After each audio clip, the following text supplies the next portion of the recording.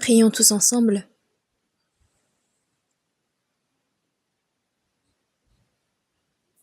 Dieu notre Père, qui nous aime, qui est saint et qui est miséricordieux, en cette fin des temps que tu as fixée, tu nous as sauvés et tu nous as séparés saintement dans ce monde. Aide-nous afin que le reste de notre vie, nous puissions te servir et pouvoir vivre selon ta volonté et pour ta gloire. Garde-nous pour cela et aide-nous par ta grâce. Nous qui avons été sauvés par ton sang, Jésus, nous sommes réunis en ce lieu pour apprendre ta parole, pour te louer et pour avoir cette communion sainte dans ce troupeau saint. Merci pour cela. Et nous savons qu'en cette heure, tu es avec nous. Veille sur chacun d'entre nous et par ta main miséricordieuse, soutiens chacun d'entre nous. Et tous tes projets, tous tes mystères que tu souhaites révéler en cette heure à nous. Comment nous devons vivre correctement dans ce monde, enseigne-nous toutes ces choses en cette heure. Le monde s'empire de jour en jour et nous ne savons ce qui va arriver le jour suivant. C'est un monde corrompu où nous ne pouvons vivre sans toi, sans ton aide et ta conduite. Nous sommes si faibles et nous ne pouvons que trébucher, mais soutiens-nous par ta parole, par ta puissance, et que dans ce monde dans lequel nous vivons, nous puissions vivre droitement comme de vrais enfants de lumière. Guide-nous pour cela. Toutes les églises de ce monde, les nombreuses églises qui y sont,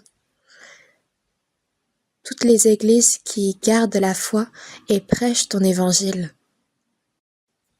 Accorde-leur la grâce nécessaire pour que, au milieu des souffrances, tous les frères et sœurs qui prêchent ta parole puissent se fortifier davantage et s'unir pour participer à cette grande œuvre de l'Évangile que tu réserves en cette fin des temps. Aujourd'hui encore, permets-nous de comprendre la parole que tu nous donnes. Nous avons prié au nom du Seigneur Jésus-Christ. Amen. Nous allons chercher ensemble la Bible dans Psaume chapitre 107. Psaume chapitre 107.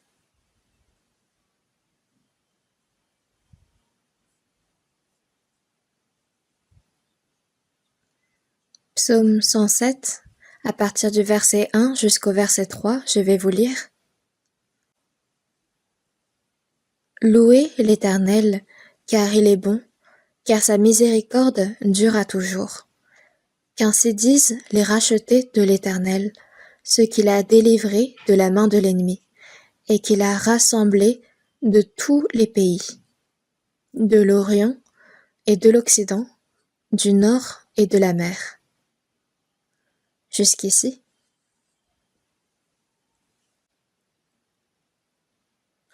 Aujourd'hui, ce sera autour de cette parole que nous allons réfléchir sur le thème de l'Église et des chrétiens.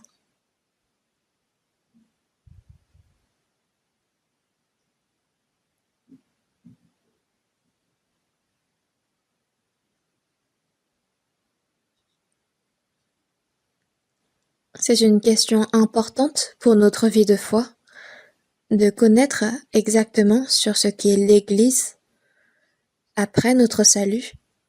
Cette vie de foi que nous menons ne doit pas être distinguée de la vie dans l'Église.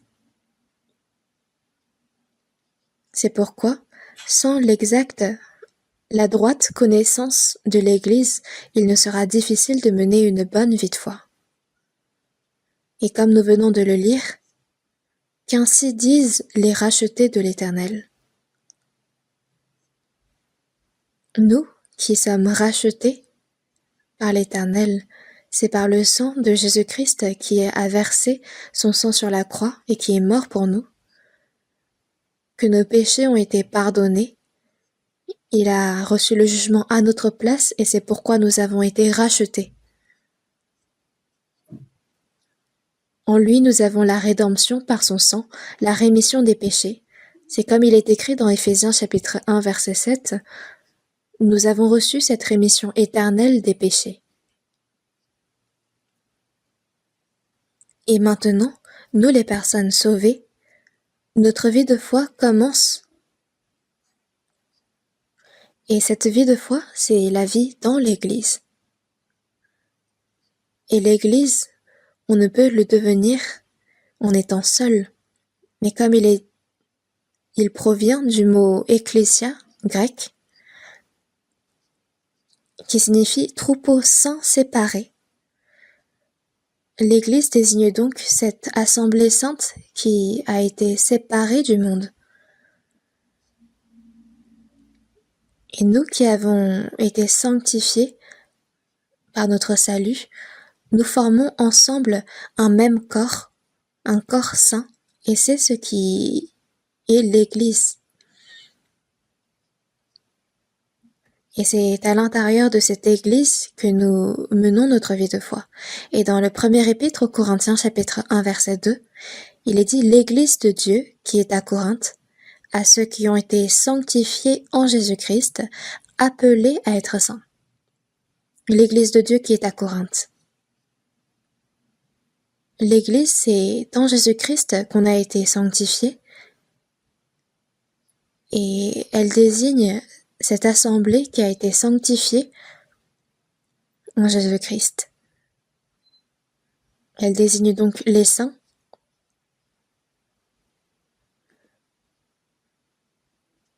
Et on ne parle pas là d'organisations, d'associations qui ont été formées par des hommes.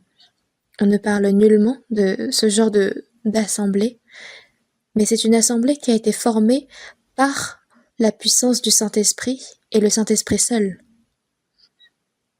Et dans Éphésiens chapitre 4 verset 2, il est dit « C'est en toute humilité et douceur, avec patience, c'est avec la charité du Seigneur, avec un cœur humble, que nous devons nous supporter les uns les autres avec charité. »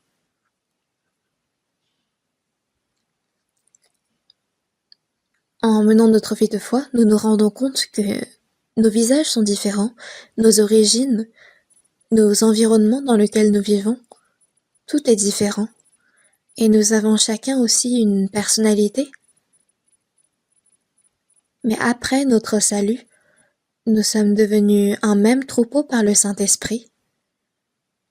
Et c'est pourquoi c'est avec charité, en toute humilité et douceur que nous devons nous supporter les uns les autres en gardant cette unité dans le Saint-Esprit.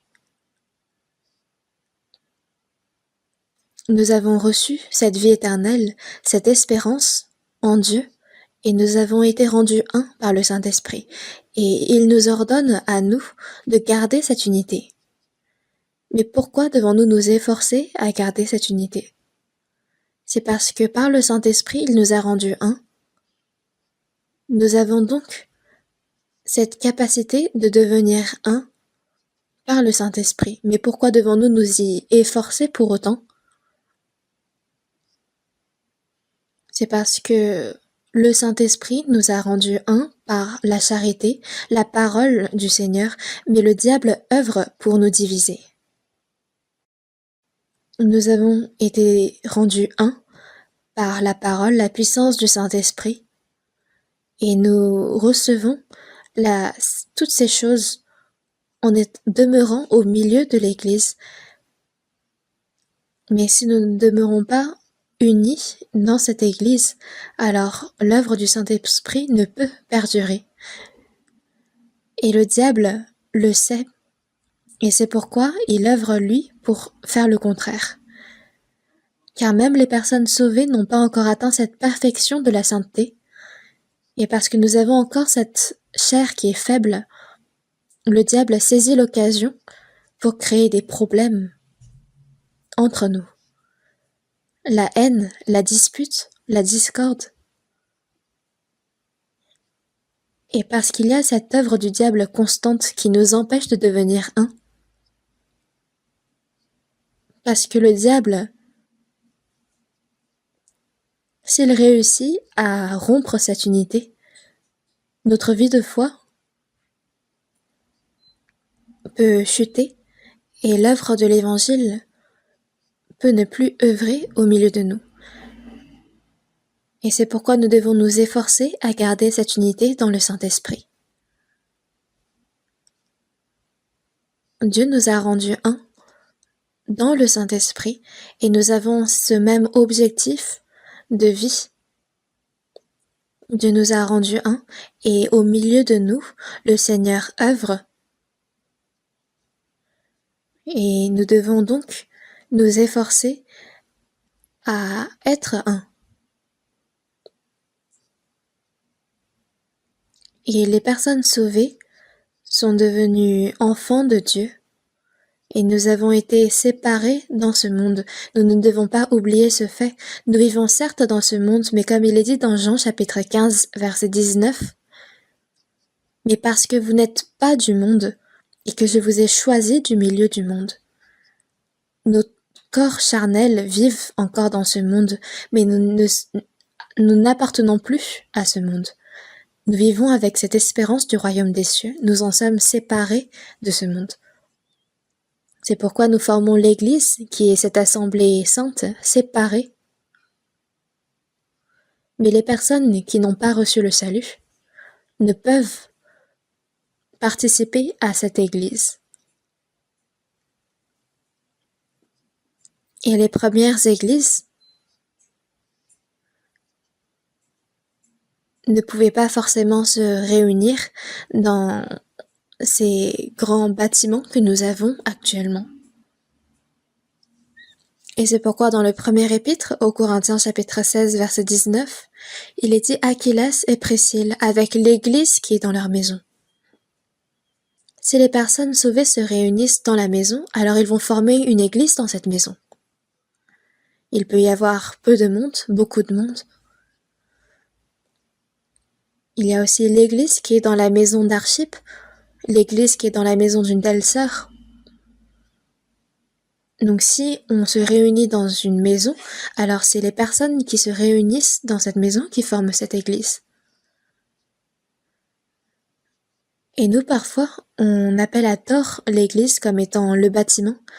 On passe à côté d'une église et on dit « Ah, ce bâtiment, cette église est grande ». Mais ce n'est pas l'église qui est grande pour autant. C'est le bâtiment.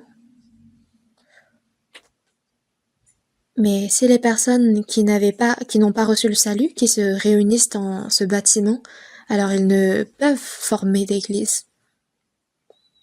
Que ce soit dans la maison, que ce soit sur les montagnes. Au temps de l'Empire romain, c'était dans les catacombes à Rome que se réunissaient les chrétiens. C'était sous terre, dans ces grottes, que les chrétiens vivaient cachés, et je m'y suis rendue pour visiter. C'était vraiment très profond. Il y avait même un touriste japonais qui s'y était aventuré seul et qui n'avait pas pu réussir à sortir et qui est resté et qui est mort là-dedans. Et on dit que, initialement, ces catacombes étaient destinées à former une cité à Rome. Mais dans tous les cas, ce sont les chrétiens qui ont vécu cachés là-bas. Et quand certains se faisaient martyrs, on récupérait leurs cadavres pour les enterrer là-bas. Et on peut même retrouver de nos jours des inscriptions, comme quoi ici repose un tel ou un tel. Donc on vivait dans des grottes, mais peu importe le lieu, là où se réunissaient les chrétiens, c'est l'église. Dans la Bible, on désigne la Bible par plusieurs expressions,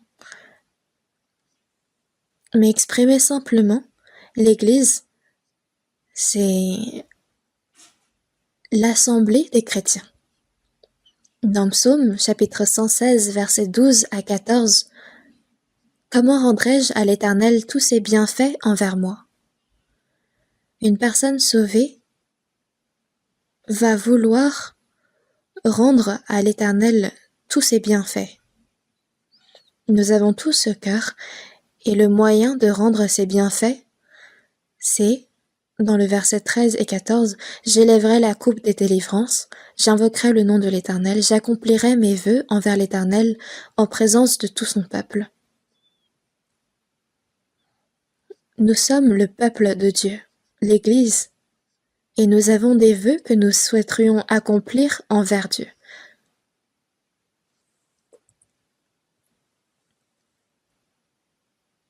Et après notre salut, nous voulons rendre les bienfaits, la grâce de Dieu envers moi. Et le moyen d'accomplir ces vœux, de rendre ces bienfaits, c'est à travers l'Église. Parce que seul, je n'ai pas la force, mais c'est dans l'Église. Et l'Église est désignée par plusieurs expressions. Il y a aussi le berger et les brebis.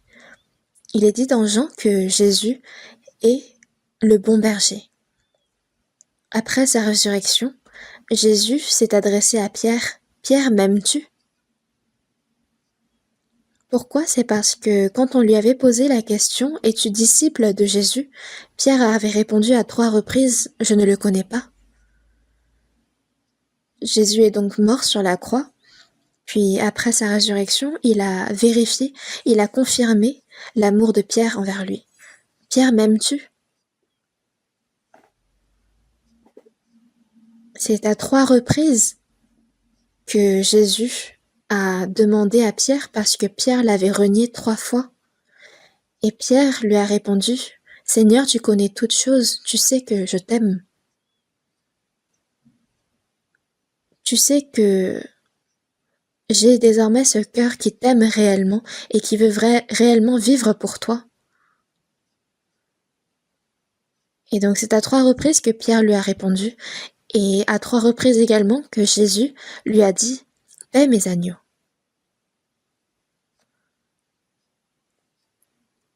Il a confié cette tâche de prendre soin des brebis du Seigneur à Pierre. Et c'est Pierre qui a réellement pris soin des premières églises. Il a réellement pris soin des brebis, des saints du Seigneur. Et quand Paul, qui persécutait les églises, a reçu le salut et est devenu l'apôtre Paul, l'apôtre Pierre, lui, est devenu l'apôtre des païens, qui a prêché l'évangile aux païens. Le berger est donc celui qui prend soin des brebis. On a donc le berger et les brebis, et on appelle cette relation l'Église. Et dans Jean chapitre 10, verset 16, Jésus dit qu'il est le bon berger, et le bon berger donne sa vie pour ses brebis. Mais il n'y a qu'un seul berger, et pourtant tellement de brebis. Il y aura un seul troupeau, un seul berger, mais dans le verset 16, il dit qu'il a encore d'autres brebis qui ne sont pas de cette bergerie. Les personnes sauvées, à nous, notre berger est le Seigneur. Mais que ce soit les païens, les gens de ce monde, peu importe leur origine, ils doivent devenir les brebis du Seigneur. Et le Seigneur doit devenir leur berger. Et c'est à travers cette métaphore des brebis que Dieu nous enseigne sur l'Église. Et encore, dans Jean chapitre 15, verset 1, « Je suis le vrai cep, et mon Père est le vigneron. » Le Père est le vigneron qui entretient les vignes.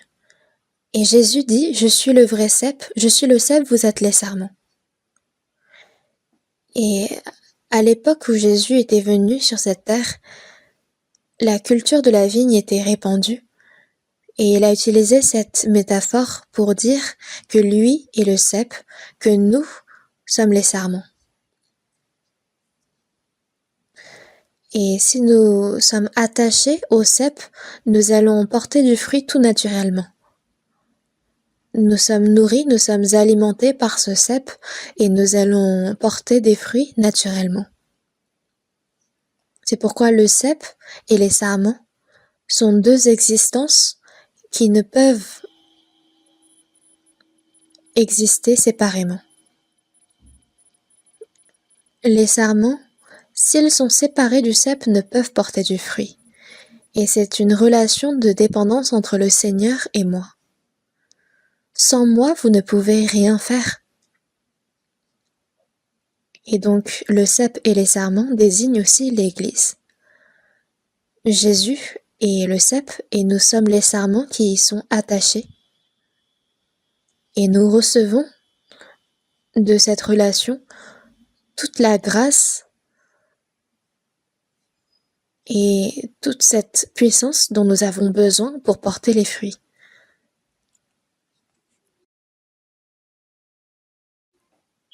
Et on dit de l'Église que Jésus est la tête de cette Église et que nous sommes son corps. Nous ne pouvons séparer la tête du corps.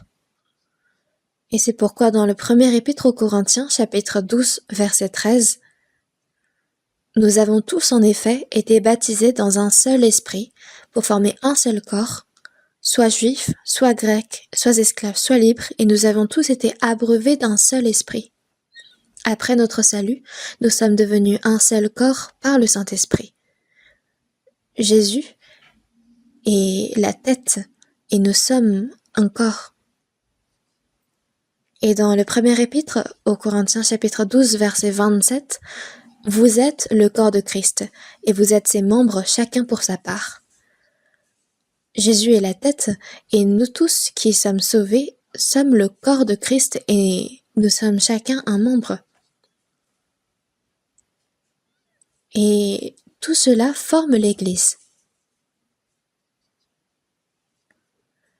Les membres seuls de leur côté sans la tête ne peuvent rien faire. Mais parce que nous sommes tous attachés, nous sommes alimentés, nous sommes nourris et nous pouvons chacun faire notre œuvre.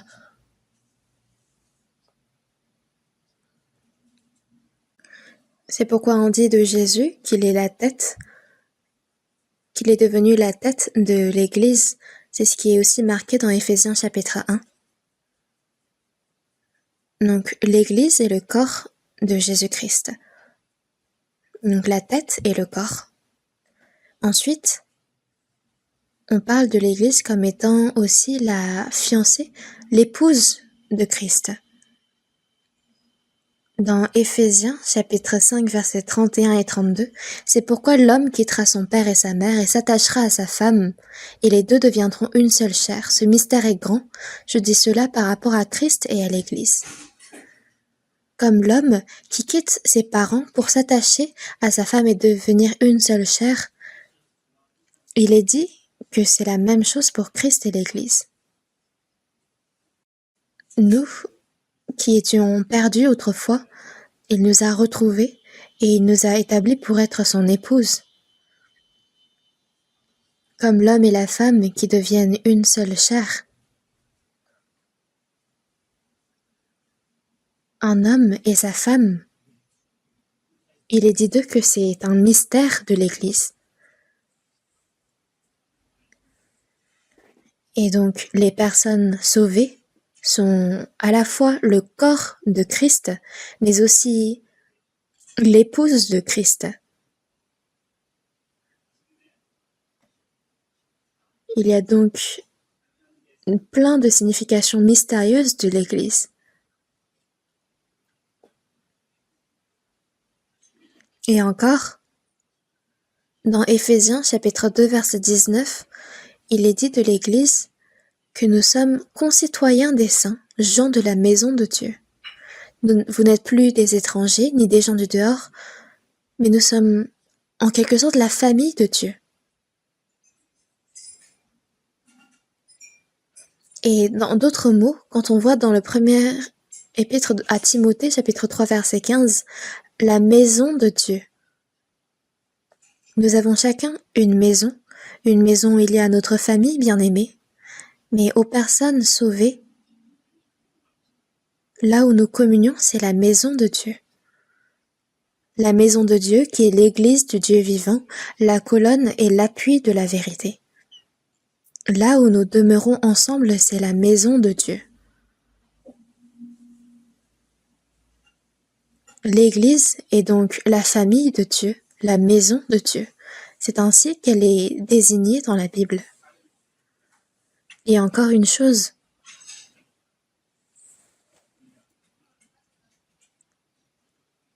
il est dit de l'Église que c'est un temple saint. Dans Matthieu chapitre 16, verset 18, « Sur cette pierre, je bâtirai mon Église, et que les portes du séjour des morts ne prévaudront point contre elle. » Jésus est cette pierre angulaire. Et les personnes sauvées ont bâti une Église au-dessus de lui. Et c'est parce que nous avons bâti une Église sur la pierre qu'est Jésus, il n'y a rien qui puisse prévaloir contre elle. Même le diable, les portes du séjour des morts ne prévaudront point contre elle. Donc il est dit que c'est un temple saint de Dieu. Et dans Éphésiens chapitre 2, versets 20 et 21, encore il est dit « Jésus-Christ, lui-même étant la pierre angulaire, et en lui, tout l'édifice bien coordonné s'élève pour être un temple saint dans le Seigneur. » Et le temple saint est encore en train d'être édifié en Dieu, et on appelle ce temple saint comme étant l'Église.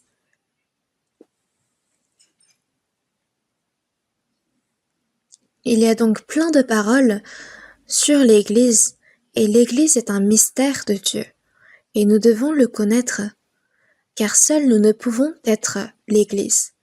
L'Église, qui est Ecclésia, le troupeau saint, séparé,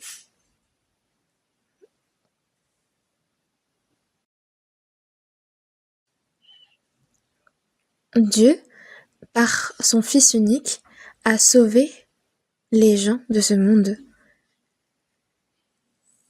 Et plus simplement dit, Jésus est notre époux, l'Église est son épouse.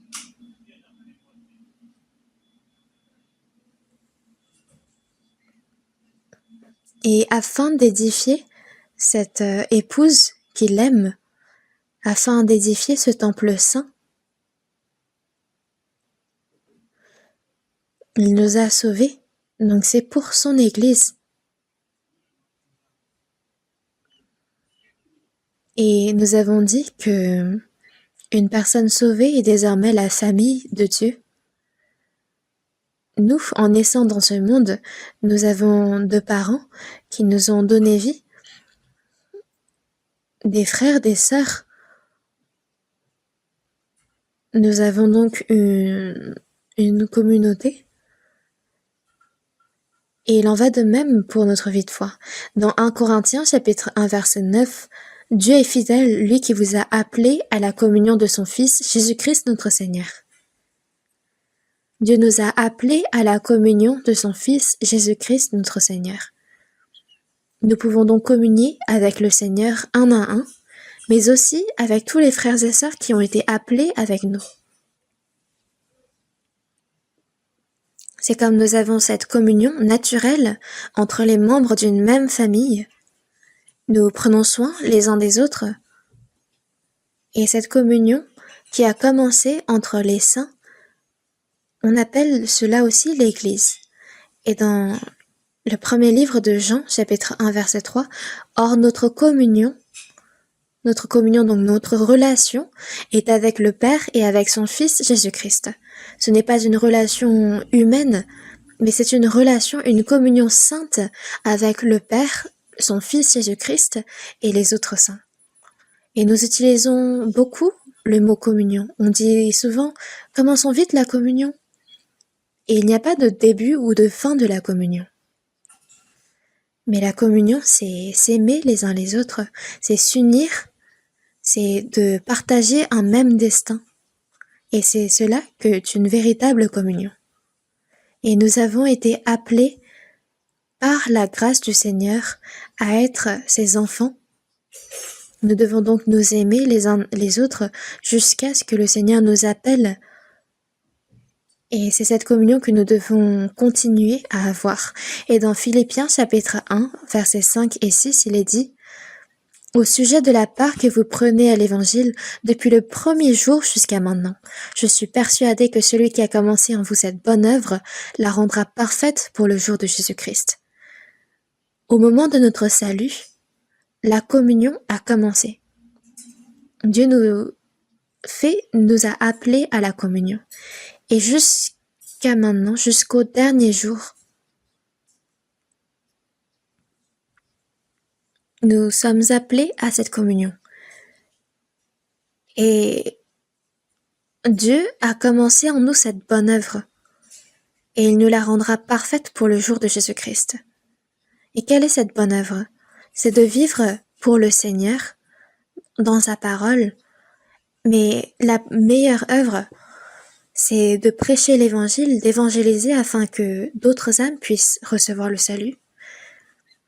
Et cette bonne œuvre va être continuée jusqu'au jour où il va revenir sur cette terre. On peut penser que les bonnes œuvres, c'est guérir les autres, prendre soin les uns des autres. Mais la meilleure œuvre, c'est de prêcher l'évangile afin d'aller ensemble au royaume de Dieu. Et dans Actes chapitre 10, verset 38, il est dit de Jésus qu'il allait de lieu en lieu faisant du bien et guérissant tous ceux qui étaient sous l'empire du diable, car Dieu était avec lui. Jésus avait revêtu cette même chair que nous avons en venant dans ce monde et il a fait du bien. Il a guéri tous ceux qui étaient sous l'empire du diable. Il a prêché le salut. Et donc c'est à travers l'Église que le Seigneur continue de faire le bien, de faire les bonnes œuvres. C'est ce qu'il est dit dans la Bible. Et quand on regarde dans le livre des Actes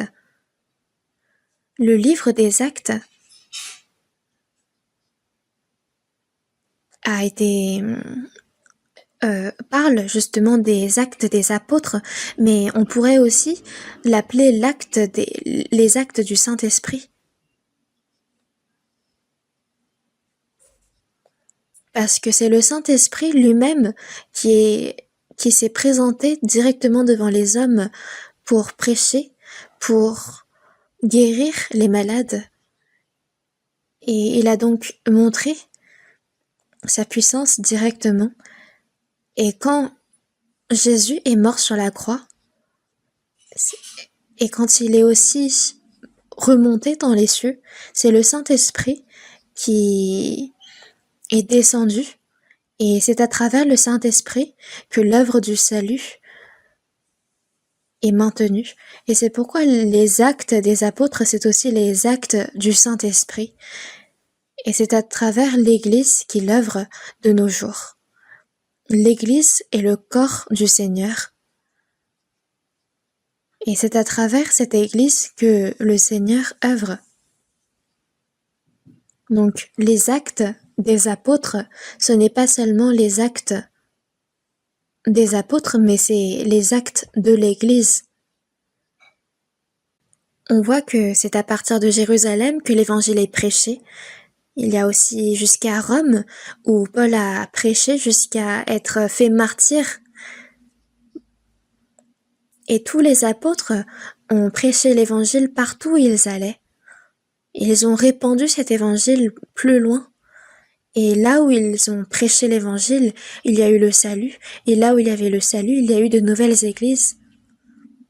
L'église d'Antioche, l'église de Philippe. Donc partout où ils allaient, là où il y avait de nouvelles personnes de sauvées, de nouvelles églises étaient formées. L'église de Corinthe, l'église de Galate. Et ce n'est pas le bâtiment qui était grand, c'est les saints qui étaient grands, et c'est eux qu'on appelait Église.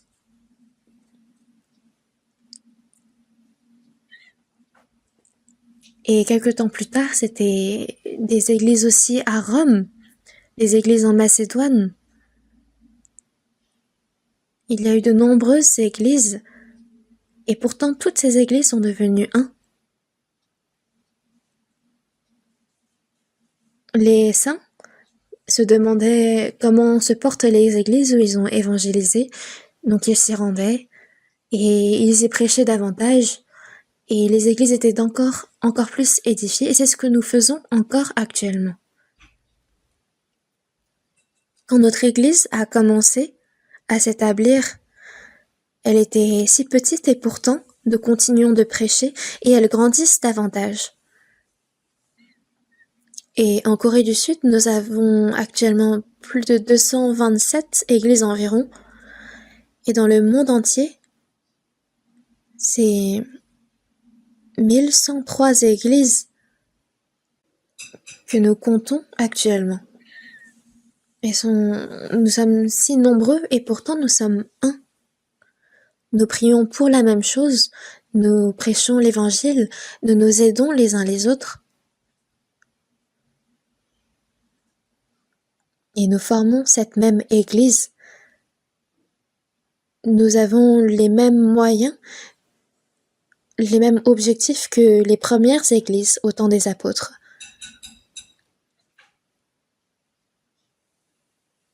Nous communions amicalement et nous sommes un dans la chair et dans l'esprit.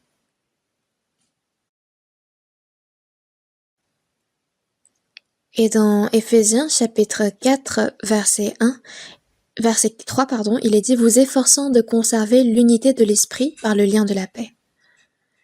Il y a énormément d'églises qui se disent chrétiennes dans le monde. Il y a énormément de religions, de branches. Il y a énormément de dizaines d'églises presbytériennes en Corée. En Amérique, il y a énormément d'églises baptistes. Et donc pour chaque branche, on en compte énormément. Des églises de résurrection, des églises de Pentecôte, plein d'églises. Et pourtant, pourquoi ne réussissent-elles pas à devenir un? C'est parce que quand on regarde dans Éphésiens chapitre 4 verset 13, jusqu'à ce que nous soyons tous parvenus à l'unité de la foi et de la connaissance du Fils de Dieu, à l'état d'homme fait, à la mesure de la stature parfaite de Christ. C'est que la connaissance doit être un. La foi et la connaissance doivent être un pour que notre communion soit un. Si les choses que nous connaissons sont différentes, alors nos foi sont différentes et ce pourquoi nous communions sont différents. Il ne faut pas que ce en quoi nous croyons soit différent. Ils croient différemment en la Bible, ils croient en une chose différente. Ils disent certes croire, mais il y a tellement de foi qui ne mènent pas au salut. Il y a différents évangiles, différents Christ. Alors que c'est un seul Saint-Esprit. Mais si ce Saint-Esprit, ce n'est pas en lui que nous communions, alors nous ne pouvons parvenir à l'unité. Et c'est parce que ils ne peuvent devenir un qu'ils se divisent. Et dans l'Église, nous parlons ici de l'Église droite qui a été sauvée, sanctifiée par Dieu, par le sang de Christ. Et dans cette assemblée sainte, il y a des ouvriers qui ont été désignés par Dieu. Cherchons ensemble un instant dans Éphésiens chapitre 4. Éphésiens chapitre 4, quand on regarde le verset 11, Éphésiens chapitre 4 verset 11, « Et il a donné les uns comme apôtres, les autres comme prophètes, les autres comme évangélistes, les autres comme pasteurs et docteurs, pour le perfectionnement des saints en vue de l'œuvre du ministère et de l'édification du corps de Christ.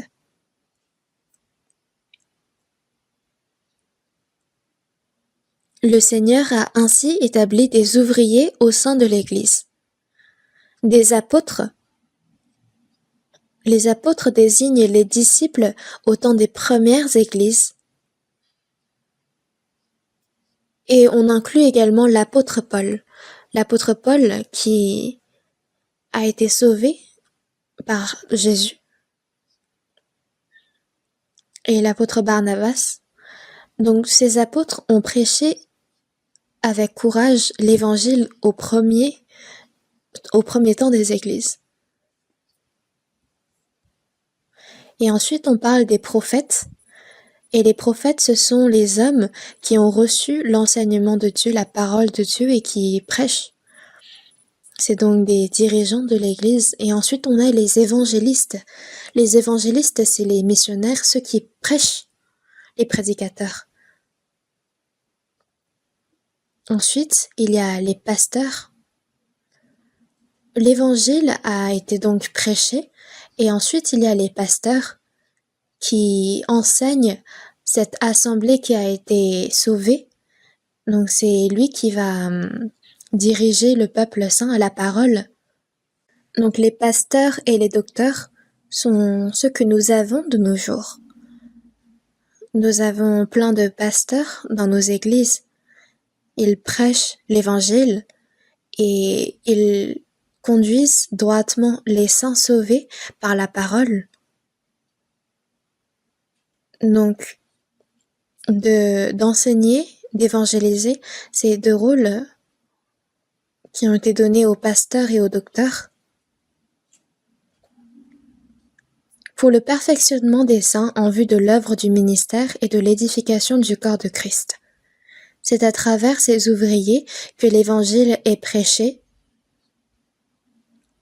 et c'est à travers eux, on leur a confié le rôle de bien conduire la croissance des saints. Il y a marqué l'édification du corps de Christ. C'est donc l'édification de l'Église afin qu'elle croisse droitement.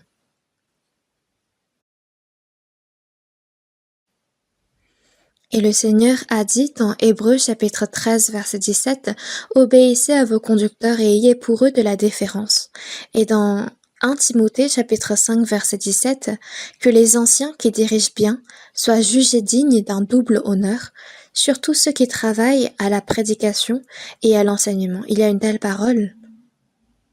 Dans l'Église, les anciens qui dirigent, c'est les diacres, ceux qui sont âgés, qui prient et qui prennent davantage soin des frères et sœurs, qui savent reprendre correctement,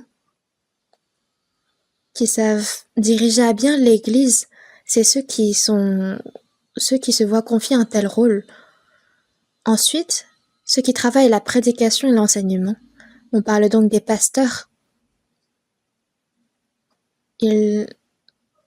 C'est à eux, à ces conducteurs que nous devons obéir et avoir pour eux de la déférence.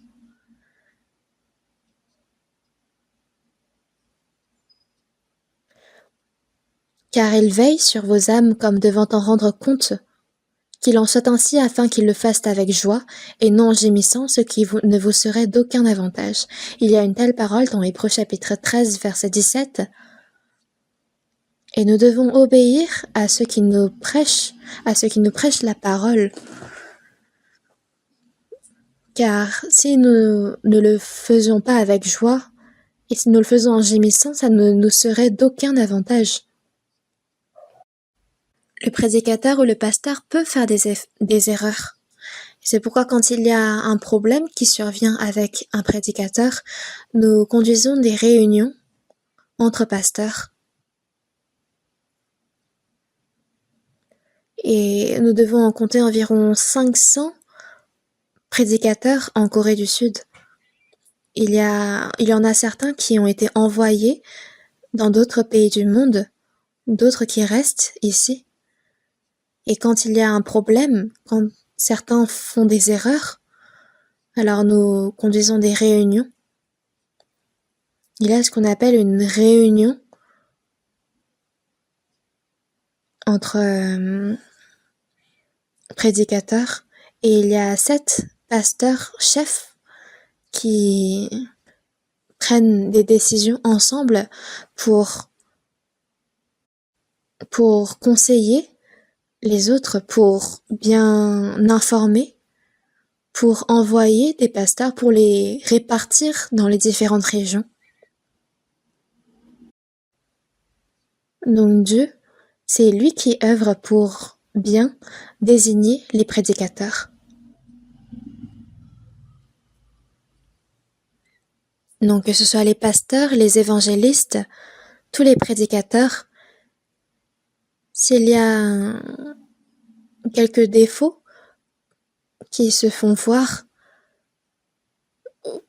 vous n'avez pas à dénoncer ces choses publiquement, mais vous pouvez aller les voir personnellement. Nous sommes tous des mêmes frères.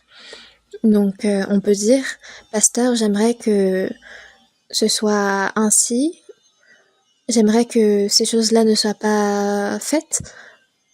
Donc si on reçoit de tels commentaires, nous les prenons en compte. Nous ne les ignorons pas. Et quand il y a des problèmes graves, nous en parlons pendant la réunion des prédicateurs et nous réfléchissons là-dessus pour prendre les meilleures décisions. Et quand c'est un prédicateur qui fait une erreur, pendant cette réunion des prédicateurs, nous prenons en charge ces erreurs et nous les contrôlons. Et quand ce prédicateur n'est plus jugé digne de prêcher, alors nous lui enlevons son rôle parfois. C'est des choses que nous faisons et nous continuons de faire au sein de ce groupe des prédicateurs. Nous devons donc avoir conscience des dons que Dieu donne à chacun. Et nous, les prédicateurs, nous avons aussi ce rôle que Dieu nous confie d'attribuer des rôles encore aux autres saints de l'Église. Dieu protège ses enfants, il les enseigne et il les conduit à travers les prédicateurs et c'est par le Saint-Esprit. Nous protégeons les saints sauvés et nous les nourrissons, nous les enseignons. Nous avons reçu ce rôle et c'est par le Saint-Esprit. Dans Éphésiens chapitre 5 verset 29, il est dit des saints sauvés que Dieu les nourrit et en prenne soin. Et dans Tite chapitre 2 verset 12, elle nous enseigne à renoncer à l'impiété et aux convoitises mondaines et à vivre dans le siècle présent selon la volonté de Dieu.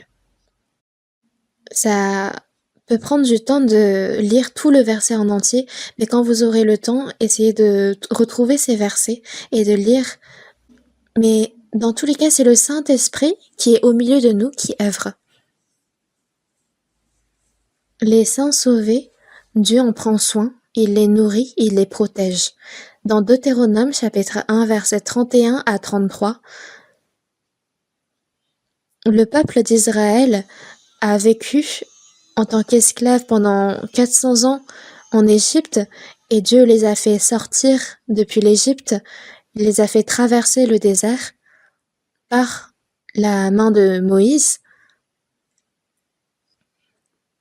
mais jusqu'à ce qu'ils entrent dans la terre promise qui est Canaan, cela leur a pris 40 ans. Mais il est dit de Dieu qu'il les a protégés tout au long de leur route. Dans Deutéronome chapitre 1 verset 31 à 33, quand on voit, il est dit « L'Éternel ton Dieu t'a porté comme un homme porte son fils » pendant toute la route que vous avez faite jusqu'à votre arrivée en ce lieu. Dieu a emprunté la bouche de Moïse pour prononcer cette parole. Comme un homme porte son fils, Dieu porte nous, les chrétiens sauvés. La raison pour laquelle Dieu a rétabli Israël depuis l'esclavage en Égypte, c'est pour montrer comment nous avons été sauvés depuis l'emprise du diable. Comment il nous a sauvés, et quand il a fait traverser le peuple d'Israël la mer Rouge, c'est quand nous avons été baptisés. Et ensuite, les 40 années de vie dans le désert du peuple d'Israël, ça reflète notre vie après le salut. Dans Actes chapitre 7 verset 38, il y a une expression qui dit « l'assemblée au désert ». En d'autres mots, l'église au désert. Le peuple d'Israël qui a vécu 40 ans dans le désert, c'est l'église au désert. Et c'est le reflet, l'image de l'église qui se dirige vers le royaume des cieux. Après notre salut, le Saint-Esprit nous enseigne, nous guide et nous nourrit, et tout cela c'est au sein de l'Église, jusqu'au jour où nous entrerons au royaume des cieux. Il y a eu l'Exode, puis la traversée du désert, puis l'entrée dans la terre de Canaan. Et dans tout ce processus, cela reflète l'Église, la vie de l'Église, l'assemblée au désert. Même si nous vivons dans ce monde corrompu et méchant, Dieu nous protège, il nous nourrit, il nous guide au sein de l'Église.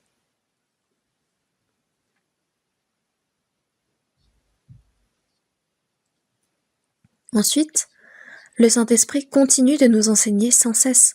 Dans 1 Jean chapitre 2 verset 27, « Pour vous, l'onction que vous avez reçue de lui demeure en vous. » L'onction, c'est l'onction du Saint-Esprit. Vous n'avez plus besoin qu'on vous enseigne, mais comme son onction vous enseigne toutes choses, et qu'elle est véritable et qu'elle n'est point un mensonge, demeurez en lui selon les enseignements qu'il vous a donnés. Et maintenant, petits enfants, demeurez en lui, afin que lorsqu'il paraîtra, nous ayons de l'assurance, et qu'à son avènement, nous ne soyons pas confus et éloignés de lui. Celui qui prêche la parole, qui évangélise devant tout le monde, les prédicateurs doivent d'abord être alimentés par la parole. Personnellement, je ne me souviens pas de mes années que j'ai passées à l'école de théologie. Mais c'est seulement après mon salut que j'ai appris à zéro, depuis le début, la Bible. Et Dieu m'a enseigné toutes choses dont j'avais besoin sur la Bible. Et pour recevoir ces enseignements, j'ai prié sans cesse. Parce que si ce n'est pas par le Saint-Esprit, nous ne pouvons comprendre correctement la parole. S'il n'y a pas l'enseignement du Saint-Esprit, si nous ne recevons pas cet enseignement, nous ne pouvons enseigner aux autres. C'est pourquoi nous devons prier encore plus, nous préparer encore plus. Et c'est une chose que je répète et que je répète aux pasteurs. Mais qu'il ne faut pas prêcher la parole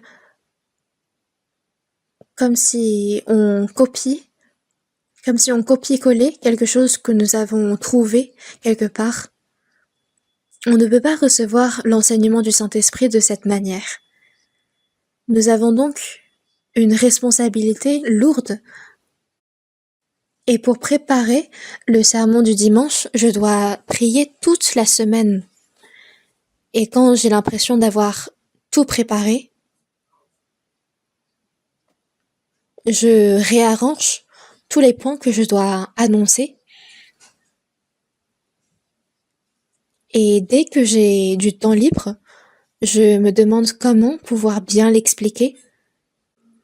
Et en soi, il n'y a rien de vraiment miraculeux là-dedans. Dans notre église, il y a plein de livres qui ont été publiés, des pasteurs qui ont écrit des livres, et c'est vraiment par l'enseignement du Saint-Esprit. Parmi les enseignements de notre Église, il n'y a presque rien qui est retrouvé dans des livres d'explication de la Bible. Et la raison pour laquelle nous connaissons encore plus de choses que les historiens qui ont étudié la Bible, c'est parce que nous vivons dans une époque où nous connaissons encore plus de choses, et non pas parce que nous avons une meilleure foi qu'eux. Car au temps fixé, Dieu nous enseigne encore plus. Et c'est ainsi que nous recevons l'enseignement du Saint-Esprit. Et les saints sauvés doivent demeurer dans l'Église pour être protégés par le Saint-Esprit et être nourris par lui. C'est le Saint-Esprit qui nourrit, ce n'est pas les hommes. C'est le Saint-Esprit qui nous nourrit et il nous enseigne. Et il nous guide. Mais si nous quittons l'Église, nous ne pouvons recevoir la protection du Saint-Esprit, nous ne pouvons être correctement nourris en tant que chrétiens, et nous ne pouvons être enseignés. Et bien sûr, si nous quittons l'Église, nous ne pouvons être guidés par le Saint-Esprit. Dans Proverbes chapitre 18, verset 1, il est dit « Celui qui se tient à l'écart cherche ce qui lui plaît. Il s'irrite contre tout ce qui est sage. » Ici, celui qui se tient à l'écart, c'est celui qui se tient à l'écart de l'Église. On ne parle pas de n'importe quelle foule ici. Mais que ce soit en petit effectif ou en grand, l'assemblée qui a été sauvée par le sang de Jésus, c'est elle qui forme l'Église. Et le Seigneur est au milieu d'eux. Il les guide, les protège et les enseigne. Mais si on se tient à l'écart, on ne peut recevoir ces choses. Donc celui qui se tient à l'écart cherche ce qui lui plaît. Il s'irrite contre tout ce qui est sage. Il s'irrite, il se rebelle contre tout ce qui est sage. Il y a parmi nous, parmi les prédicateurs de notre église qui prêchaient avec nous, un homme, un pasteur, qui s'est cru prêcher bien la parole. À force de le complimenter, il s'est enorgueilli et il est sorti de l'église. Il y en a eu pas mal, en vrai, dans l'église. Mais parmi eux, il n'y en a pas eu un seul qui a correctement prêché l'évangile. Parce qu'ils ont quitté l'assemblée, parce qu'ils ont quitté l'église, est-ce qu'ils peuvent continuer à prêcher l'évangile droitement? En l'occurrence, si c'était des personnes qui n'étaient pas sauvées, qui essayaient de convaincre une assemblée à les rejoindre intellectuellement, peut-être que ça aurait marché, mais une personne sauvée ne peut pas, tout simplement. Elle ne peut faire ni l'un ni l'autre. Et dans aucun cas, nous devons quitter l'Église. Car l'enseignement, la puissance du Saint-Esprit, c'est à travers nous, l'Église, que nous pouvons aussi grandir, que nous pouvons enseigner, prêcher, mais de quitter l'assemblée, de quitter l'Église, c'est de quitter le Seigneur. Dans Genèse chapitre 13, versets 8 et 9, quand Abraham a été guidé par Dieu pour quitter Ur en Chaldée, il y a eu Lot qui a quitté et qui a suivi Abraham.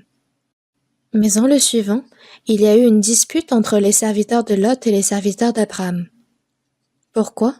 Parce que leurs troupeaux se sont agrandis, et c'est entre les bergers de Lot et les bergers d'Abraham qu'il y a eu cette dispute. Abraham a donc dit à Lot, « Qu'il n'y ait point, je te prie, de dispute entre moi et toi, car nous sommes frères. Sépare-toi donc de moi. Si tu vas à gauche, j'irai à droite. Si tu vas à droite, j'irai à gauche. » Alors Lot a levé les yeux. Il a vu toute la plaine du Jourdain qui était entièrement arrosée. Il a vu Sodome et Gomorrhe et il a vu que c'était de belles villes, bonnes à habiter, et il a ainsi quitté Abraham. Et par la même occasion, il a quitté Dieu. Et plus tard, quand Sodome et Gomorrhe ont été détruites par Dieu, c'est avec peine que Abraham a réussi à sauver Lot. Mais la vie de Lot a certes été sauvée, mais sa vie de foi était complètement ruinée. Nous ne pouvons quitter l'Église, peu importe ce qui nous arrive, car la situation est désavantageuse pour moi, car je suis en danger de mort, je quitte l'Église. C'est la mauvaise décision. Nous devons, en quelque situation que ce soit, demeurer dans l'Église, car c'est dans l'Église que nous recevrons le secours de Dieu. Dans 2 Corinthiens chapitre 6 verset 16, « J'habiterai, je marcherai au milieu d'eux. » Le Seigneur habite au milieu de nous et il marche au milieu de l'Église. Dans Éphésiens chapitre 1 verset 19, « Et quelle est envers nous qui croyons l'infinie grandeur de sa puissance, se manifestant avec efficacité par la vertu de sa force. » C'est envers nous, au milieu de nous, qu'il montre l'infinie grandeur de sa puissance, qu'il manifeste sa force. Dans Éphésiens chapitre 3 verset 20, « Or, à celui qui peut faire par la puissance qui agit en nous, infiniment au-delà de tout ce que nous demandons ou pensons. » Quand nous faisons des retraites d'été, des retraites d'hiver, à chaque fois que nous organisons de tels événements, c'est au minimum 12 000 personnes. La dernière fois, c'était 12 500 personnes qui s'étaient réunies. C'est un tel nombre de personnes qui se réunissent, mais il y a toujours, en quelque lieu que ce soit, des frères et sœurs qui guident les frères et sœurs à venir à l'église, sur les routes, dans l'église à nettoyer, à tout ranger, à faire la vaisselle, à faire la cuisine. Dans tout coin de l'église, il y a les frères et sœurs qui œuvrent. Il y en a certains qui veillent la nuit sans pouvoir dormir. Même s'ils ne peuvent pas faire d'entretien, même s'ils ne peuvent pas prêcher l'évangile directement, ils se disent qu'ils peuvent contribuer en faisant un service. Il y en a certains qui viennent en se disant que les autres font bien déjà, donc eux ils n'ont rien à faire. Mais de nos jours, il n'y a aucun frère, aucune sœur qui se conduisent ainsi.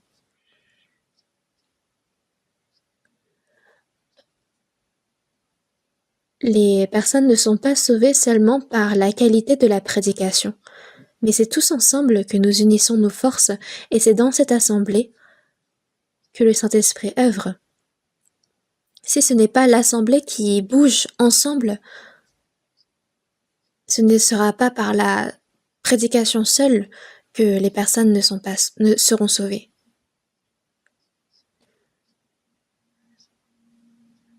Mais infiniment au-delà de tout ce que nous demandons ou pensons, par la puissance qui agit en nous. C'est pas pour nous-mêmes, mais c'est pour que la gloire de Dieu puisse être manifestée encore plus grandement, que nous unissons nos forces. Et c'est à travers les personnes sauvées qui se réunissent ensemble que l'évangile est prêché et que l'œuvre du salut est manifestée. Et nous devons demeurer dans cette communion, dans cette assemblée que nous sommes utilisés par Dieu. Il y en a certains qui sont zélés pour l'œuvre de Dieu et d'autres qui restent derrière et qui se disent de toute façon, si c'est pas moi qui le fais, d'autres le feront. Mais voyez plus tard,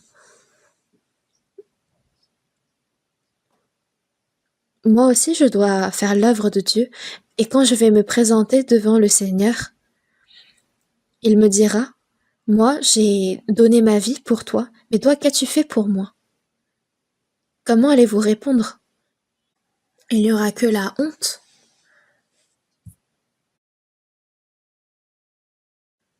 Serviteurs méchants et paresseux, nous serons repris. alors que nous devons entendre ces bien bons et fidèles serviteurs. Tu as été fidèle en peu de choses, je te confierai beaucoup. Nous, l'œuvre que nous faisons, c'est des petites œuvres. Nous n'avons même pas besoin de faire de grandes œuvres. Mais si nous sommes fidèles en peu de choses, il dira « Entre dans la joie de ton maître ». C'est ainsi que nous serons complimentés.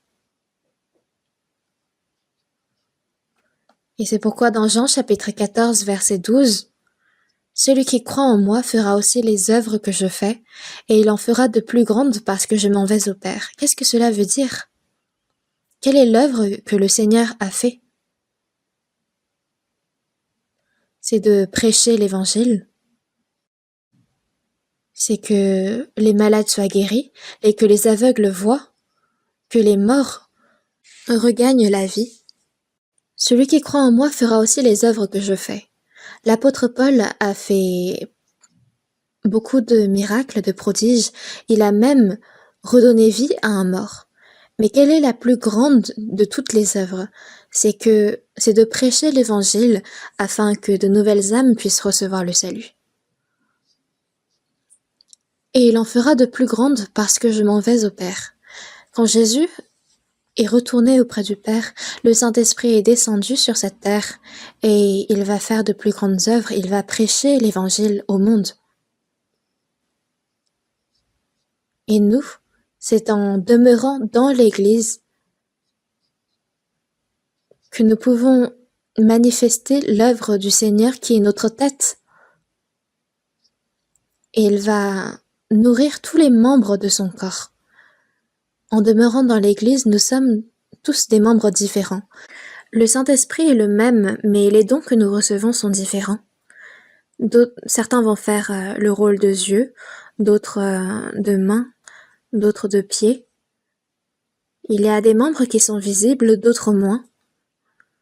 Mais dans tous les cas, quand on demeure dans l'Église, c'est selon les dons que nous avons reçus, nos qualités différentes que Dieu va nous utiliser pour son œuvre. Et c'est en fonction de notre foi, nous devons garder notre position et accomplir le rôle qui nous a été attribué dans l'Église. Et devant le Seigneur qui reviendra et qui réapparaîtra, il faut que l'œuvre pour laquelle le Seigneur a œuvré puisse s'accomplir à travers nous. Parfois, il y a certaines personnes qui viennent me voir, d'autres qui ont passé un long moment dans une église qui viennent me voir et je ne sais pas si c'est pour me complimenter, mais ils me disent « Ah, pasteur, tu es incroyable, tu as établi une tellement grande église, mais s'il vous plaît, ne me faites pas ce genre de paroles, car le diable me l'a dit déjà. Alors que c'est le Seigneur qui a œuvré. Qu'est-ce que cela veut dire? Si l'Église est devenue grande, c'est que c'est le Saint-Esprit qui a grandi, qui a œuvré. Ce n'est pas parce qu'une personne était très intelligente. Non, nullement. Si parmi nous il y a certains qui pensent ainsi, elle va commettre de grands péchés devant Dieu. Si le Seigneur n'est pas au milieu de nous, nous ne pouvons rien faire. Dans Jean chapitre 15, verset 5, il est dit « Sans moi, donc le sceptre, vous, les serments, ne pouvez rien faire. » Est-ce que si les serments se secouent, ils peuvent porter des fruits? Non, ils n'ont juste qu'à être attachés au cep. Ils vont recevoir tous les nutriments nécessaires à travers les racines, le cep, et ils vont porter tout naturellement du fruit et ils n'ont rien à se vanter. Et l'apôtre Paul a dit dans 2 Corinthiens chapitre 4 verset 7, « Afin que cette grande puissance soit attribuée à Dieu et non pas à nous. » Afin que cette grande puissance soit attribuée au Seigneur seul et non pas à nous. Et dans Romains chapitre 12 verset 11, c'est une parole que nous connaissons bien. Dans Romains chapitre 12 verset 11, vous saurez le réciter. Tous ceux qui savent le réciter, récitez avec moi. Ayez du zèle et non de la paresse, soyez fervents d'esprit, servez le Seigneur. Encore une fois, ayez du zèle et non de la paresse, soyez fervents d'esprit et servez le Seigneur. Même ceux qui ne le connaissaient pas jusqu'à maintenant, vous saurez le répéter. Si on le fait 3 fois, on pourra le réciter. Ayez du zèle et non de la paresse. Soyez fervents d'esprit, servez le Seigneur. Pour servir le Seigneur, nous devons être zélés. Il y a tellement de choses à faire. Et le jour où le Seigneur va revenir approche. Nous ne pouvons rester paresseux, à rêvasser, mais pour servir le Seigneur, il faut être zélé. Ayez du zèle et non de la paresse. Une personne zélée ne peut avoir de la paresse, c'est tout à fait contradictoire. Soyez fervents d'esprit, servez le Seigneur. C'est 3 choses qui veulent dire la même chose finalement. Que ce soit pour la prédication de l'évangile, que ce soit pour le service dans l'église, que ce soit pour établir une entreprise, pour pouvoir amasser de l'argent, pour l'envoyer plus tard pour la mission à l'étranger. Toutes ces choses, c'est pour servir le Seigneur. Et il n'y a pas forcément besoin que ce soit de grandes œuvres, mais se demander quelle est l'œuvre que je peux faire dans l'église. Comment puis-je contribuer? Je ne sais pas pour les autres, mais moi, je vais m'efforcer à garder les toilettes propres, à bien les nettoyer. Et quand je vois ces états d'esprit, ces frères et sœurs bouger ainsi, je suis tellement reconnaissant, car ce n'est pas pour être vu par les hommes qu'ils le font, mais c'est pour être complimenté devant Dieu. Donc tous les saints qui servent le Seigneur, qui servent les saints, qui font le service, participent à l'œuvre de Dieu. Et autant que nous grandissons dans l'Église, ce que nous pouvons faire, c'est à travers les dons. C'est les dons que Dieu nous a donnés. Et de penser pouvoir faire, c'est être orgueilleux. Je dis à chacun de n'avoir pas de lui-même une trop haute opinion, mais de revêtir des sentiments modestes selon la mesure de foi que Dieu a départie à chacun. L'œuvre que moi, je suis capable de faire, je la fais tout simplement.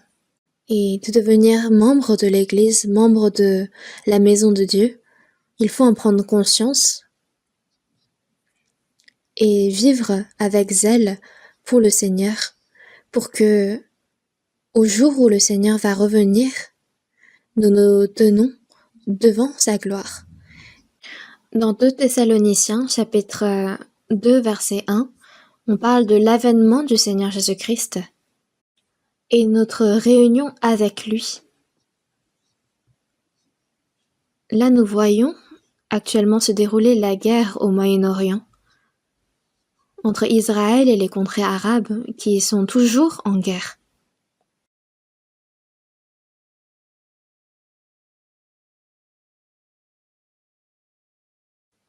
Hamas s'est attaqué à Israël et cela a fait énormément de morts chez eux. Et on a aussi la Hezbollah au Liban, cette grande organisation. Et on dirait que comparé à elle, Israël n'est rien. Mais voyez comment personne ne peut se prendre à lui sans de grandes conséquences.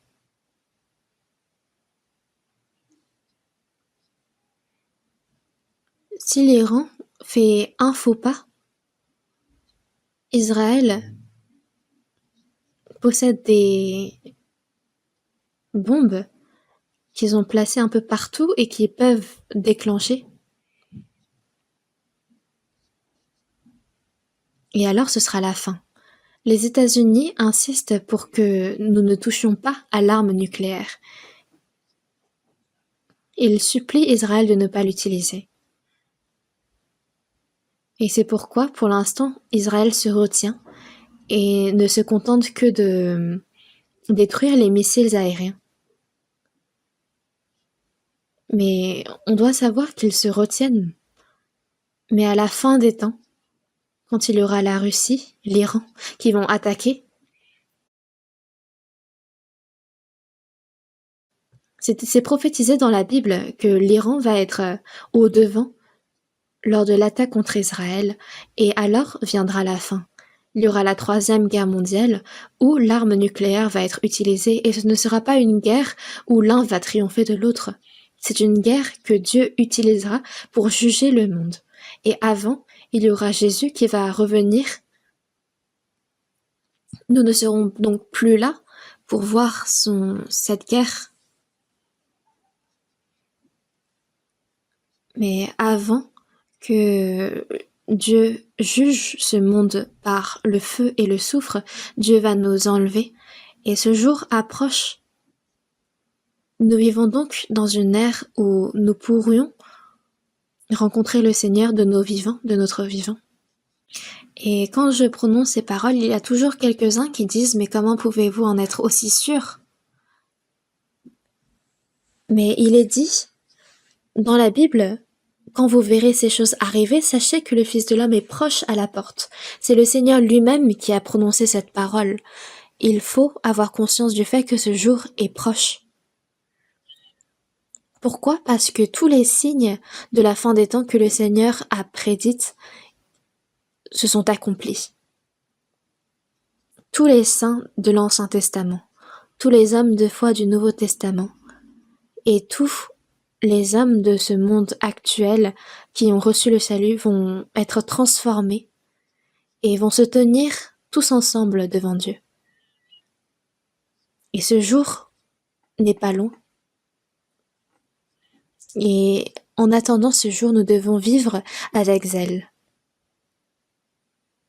Et pour finir, j'aimerais vous faire cette demande. Certains devraient savoir, mais en Philippines, il y a eu une grande tempête. Et la sévérité était tellement grande, de nombreuses maisons ont été inondées, enfouies sous l'eau.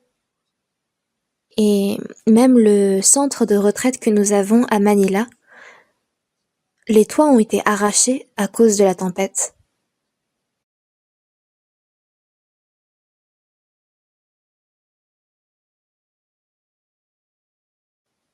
Et il faut savoir que le centre de la retraite là-bas était très grand et permettait d'accueillir un grand nombre de personnes. Mais à cause de cette tempête, il y a eu plein de voitures, plein de maisons qui ont été enfouies sous l'eau. Et nous en souffrons les conséquences. Beaucoup souffrent des conséquences finalement.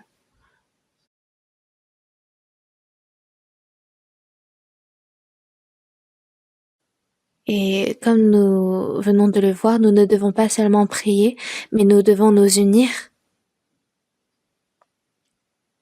L'eau s'est évaporée à un certain point, mais nous n'arrivons pas encore à évaluer tous les dégâts. Mais la demande que j'aimerais faire justement, c'est que derrière vous, vous verrez une boîte d'offrandes blanche qui a été préparée spécialement à cet effet. Est-ce qu'il y en a un ici aussi? Oui, il y en a un. Du coup, il y a eu des boîtes qui ont été préparées à l'avance.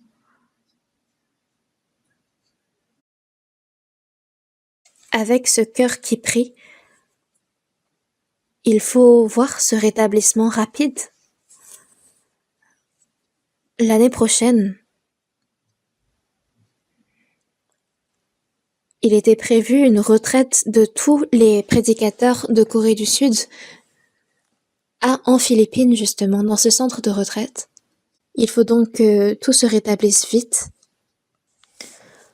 En Philippines, il y a 20 de nos prédicateurs coréens, mais il y a également 65 prédicateurs locaux qui y sont. Et donc il y a énormément d'habitants en Philippines. C'est un très grand pays où l'évangile est prêché avec ardeur. Mais soudainement, à cause de cet événement climatique, ils souffrent énormément. Donc priez pour eux. Et afin qu'ils se rétablissent vite, nous devrions les aider. Et j'aimerais que vous ayez tout ce cœur et que vous puissiez vous unir et contribuer. Vos efforts suffiront. Prions ensemble. Dieu notre Père qui est miséricordieux et saint, Tu as aimé nos âmes, et quand nous étions pécheurs, quand nous ne te connaissions pas, le Seigneur Jésus-Christ est mort à notre place, et par son sang précieux, tu as sauvé nos âmes sans condition. Merci. Notre corps, notre esprit, tout a été racheté par ton sang. C'est pourquoi nous sommes à toi. Et le reste de notre vie, que nous puissions la vivre pour ta gloire, pour ta volonté, pour ton évangile. Aide-nous à vivre avec zèle. Et qu'à travers nous, de nombreuses âmes encore qui n'ont pas reçu le salut puissent être nées de nouveau. Et que nous puissions être fidèles dans les peu de choses que nous avons été confiées, afin que ce soit par ta puissance que de nombreuses âmes encore puissent être sauvées, que tu puisses manifester ta grande œuvre du salut. Tous les frères et sœurs sauvés, bénis-les, afin qu'ils puissent vivre le reste de leur vie en te servant et en prêchant ton évangile. Et en Philippines, il y a de nombreuses églises, et à cause de cet accident climatique, ils souffrent énormément. Console-les, fortifie-les, et par la force que tu leur donnes, qu'ils puissent s'unir davantage pour prêcher ton évangile, et que nous aussi nous puissions nous unir pour cette œuvre, et que, en les aidant, que tu puisses les rétablir vite, et que ton évangile puisse être prêché encore plus naturellement. Et nous savons que tu écoutes nos prières et que tu les exauces, et nous te sommes reconnaissants de ce que tu œuvres au milieu de nous. Nous avons prié au nom du Seigneur Jésus-Christ. Amen.